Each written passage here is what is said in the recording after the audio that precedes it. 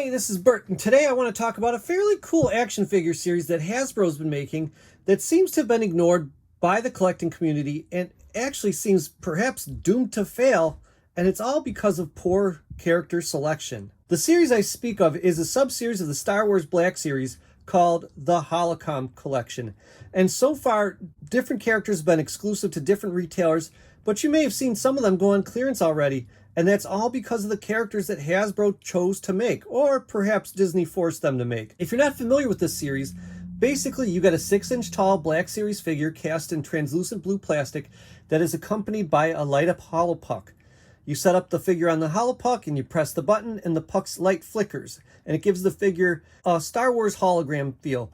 But the figures chosen aren't really the ones fans and collectors think of as being holograms in Star Wars media. I think a better selection of characters in the Holocom series could have broadened the appeal beyond just Black Series collectors and perhaps even beyond toy collectors in general. So far, the figures they've released include Ahsoka, Han Solo, Din Djarin, Bo-Katan, and Axe Woves. And I've seen The Mandalorian show and every Star Wars movie, of course, and I can't even tell you if any of those characters appear as holograms at all, and definitely not in any meaningful, memorable way except for maybe Din Djarin. Maybe they were going with the idea that the Holocoms are bounty hunter pucks, and these are characters who at some point might have bounties on their heads. But personally, I think they should have focused on characters who have actually had memorable scenes as holograms. So here are the characters I would have chosen. No Skill Customs. First is Darth Vader. And you know what? I actually found out they are making him. In fact, you can pre-order him right now. But why wasn't he one of the first ones to be made? I don't even know. Sure, he more famously talks to holograms, but I liked Vader as a choice so much that I pre-ordered him because his big moment as a holographic projection on the console of the Imperial Walker has him being roughly 6 inches tall in my mind. So I could see mounting this whole thing on the dash of your car and talking to him while you drive. Actually, while I was editing the video, my pre-order showed up in the mail, so stick around till the end and I'll talk to you about what I feel about this figure. The next one on my list that they're also actually making is Darth Maul, because he has that cool moment where the Neimoidians are talking to holographic Darth Sidious and Darth Maul steps into frame. Really, actually, both Darth Maul and Sidious are ideal for this series.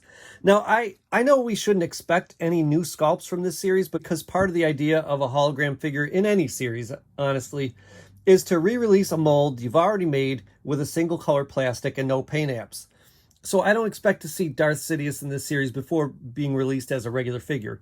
But Darth Maul already has 4 different Black Series figures with a new update on the way. The problem with the Darth Maul Holocom is that Hasbro chose the wrong one to use for this figure. For some reason they chose to use the Darth Maul mold from the Clone Wars version of Darth Maul, which doesn't make any sense to me. Here they chose the right character, but they chose the wrong version. Now, since I mentioned Darth Sidious, I think people would especially like Darth Sidious, but not from Phantom Menace, but from Revenge of the Sith. And the problem is, again, that they've never made a Revenge of the Sith Sidious in the 6-inch Black Series to begin with. But I could see a figure like this really appealing to not just action figure collectors, but to cosplayers. Because I think the hologram of Darth Sidious, as projected on Commander Cody's little projector puck, seemed to be about 6 inches tall. Actually, probably a little taller, but a Black Series figure would be pretty close. You could also make a hologram Anakin Skywalker as he officially becomes Darth Vader to complete the scene where Obi-Wan watches the security footage when he gets to the Jedi Temple.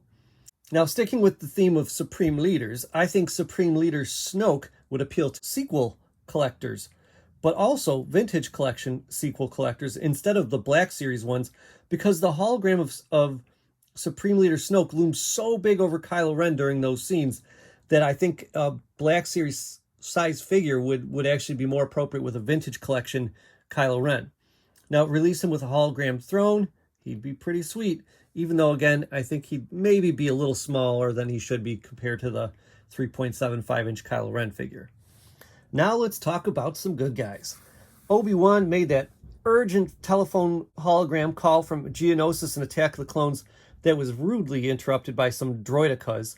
You ever notice droidicas are a lot like little kids? They'll be completely independent and doing their own thing, and the one time you got to make a phone call and they won't leave you alone. But anyways, Mullet Obi-Wan and perhaps even a hologram Droideka would be pretty cool candidates in my mind for the Holocom treatment. Well, I think all those figures would be brilliant uses of this Holocom idea. I wouldn't necessarily buy any of them because I'm not a 6-inch Black Series collector. However, these next three ideas are ones I would buy without hesitation, mostly because they would either scale with real life, like the Vader figure and the Revenge of the Sith Sidious figures I mentioned earlier, or they would scale well with what I do collect, which is the 3.75-inch vintage collection. Now, first is Princess Leia, easily the most famous hologram in all of Star Wars. I don't know how they overlooked doing a figure of her. And in fact, I think she might even be the most famous hologram just of all time, like ever. How was she overlooked? I don't even know. But who wouldn't want Leia as a hologram just hanging out on your coffee table like she was on Obi-Wan's coffee table? Next is one they need to make. And although it would be under the Black Series banner, we would know for real it's actually a 3.75-inch vintage collection figure, and that is Luke Skywalker as a Jedi Knight. When R2-D2 plays this little hologram Instagram reel thing of Luke Skywalker in Jabba's palace, you might not have noticed that the hologram is approximately 1.5 times the size of C-3PO, thereby making a 6-inch Black Series hologram of Luke Skywalker perfectly scaled to the Jabba's palace playset and all its 3.75-inch inhabitants. And now we get to my final suggestion. And this isn't one figure, actually, but a whole bunch of them. And that is the Holochess Dejarik board. They would be the most supreme culmination of this whole series. And I hate to say this, but I'm just imagining myself trying to hunt these all down individually, and it would be a supreme pain. So maybe, and don't get mad at me, but maybe it would be better suited as a HasLab Holocom project, where you get all the creatures and a base, where every white square on the Dejarik board would be a shimmering hologram light, much like the Holocom pucks we've been talking about. Now, these couldn't be just cast in blue either. They would have to be cast in translucent colors, sure, but they would have to match the colors, the translucent colors, to their original stop-motion miniatures. Maybe we had like details like the eyes and teeth could be painted opaquely on there. I think a light wash on each figure couldn't hurt either. So you do that, Hasbro, I'm there 100%. I want that so bad. Okay, maybe the set would actually only come with half the board, and you could choose between translucent versions of the creatures and opaque versions. Maybe you make 2 different ones, and you choose what you want to get. And you buy both, you can keep one set in the package, and you get your full holochess board, or you can open both sets, or you can sell one set, whatever. There's so many different options here. But ultimately, I think that would make all sorts of Star Wars fans and collectors thrilled. Okay, and again, this is another one of those things that reaches beyond toy collectors, and I think it would appeal to people that like props and stuff like that. So I think it's just a brilliant idea, and have each one of these guys carded. Oh, it would just be amazing. Now, I'm just about to show you the Black Series Holocom Darth Vader, but before I do that, let me ask you guys to please like and subscribe. I feel like if you do, maybe some of these cool ideas I have will actually come to fruition. All right, but that's it. Let's see the Darth Vader figure. Okay, I gotta say, I'm not really feeling this figure. It does not look much of anything like its photo, or the photo represented even on the back of the package. And I think you can tell already what the problem is. It's the handling of the fabric. Now, what I'm noticing is it looks to me like perhaps in the prototype, this fabric is either thinner or more transparent, and at least darker. They just went with such a light blue. I'm hoping that maybe with the lights out and the hollow puck shimmering, maybe it will look better, but we'll see. I might have to go to Joann's and pick me up some translucent fabric of some sort to redo his capes here. Because right now, I mean, I don't have the greatest car in the world, but I'd be kind of embarrassed to have this guy sitting on the dashboard like I planned.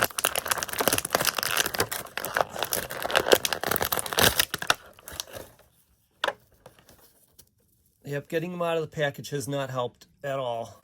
You know, thinking about the list that I just finished going over, is that perhaps maybe they got to sort out how to do fabric before they continue some of these characters on my list. But every character on my list that's free of fabric, I think they can go ahead and move on with. All right, here he is, looking about as cool as he's going to look, I think. Now, one problem I have is this Holopuck is all like beat up and I don't know, like dented looking, you know, which is cool for some characters, but for Darth Vader, I'm picturing, I think it should be, you know, mint and pristine like an Imperial AT-AT would be. All right, so not much shows up if you have the lights on. So let's try it with just a ceiling light. Okay, I gotta say, in person, that's a little closer to what it looks like. Yeah, the light definitely does not reach up far enough and light up his face really at all. All right, now here we are in the dark. Let's see how it looks in the dark. All right, fairly cool. Still, it you know, the one problem, and I thought this worked better on Bo-Katan, but maybe I was dreaming. It just doesn't, the light just doesn't get up to his upper body. All right, I'm trying anything here. So here's the Holopuck behind him a little bit, and I actually think that looks pretty cool. Has that same sort of, still shimmers and everything like that. Ooh, that actually looked pretty sweet. All right, I have it at a 45-degree angle behind him. It looks pretty good. Still wish it would make his helmet glow a little bit more. Well, I do have my gripes about this figure. Number one is got to be the fabric. Instead of what was advertised as being like a dark translucent blue, they went for essentially Cinderella blue, and I don't really understand that. The other thing is when he's on the base, it doesn't really glow up much past his legs. None of the rest of his upper torso glow that much, and I think that's true for all of these. It still looks pretty cool. I'm not writing off the whole effect, but it doesn't like exactly look like the movie. The other thing is part of the nature of having translucent figures is that you're going to see the inner workings. So you can see, you know, where the arm joints and neck joints fit into the body and stuff like that.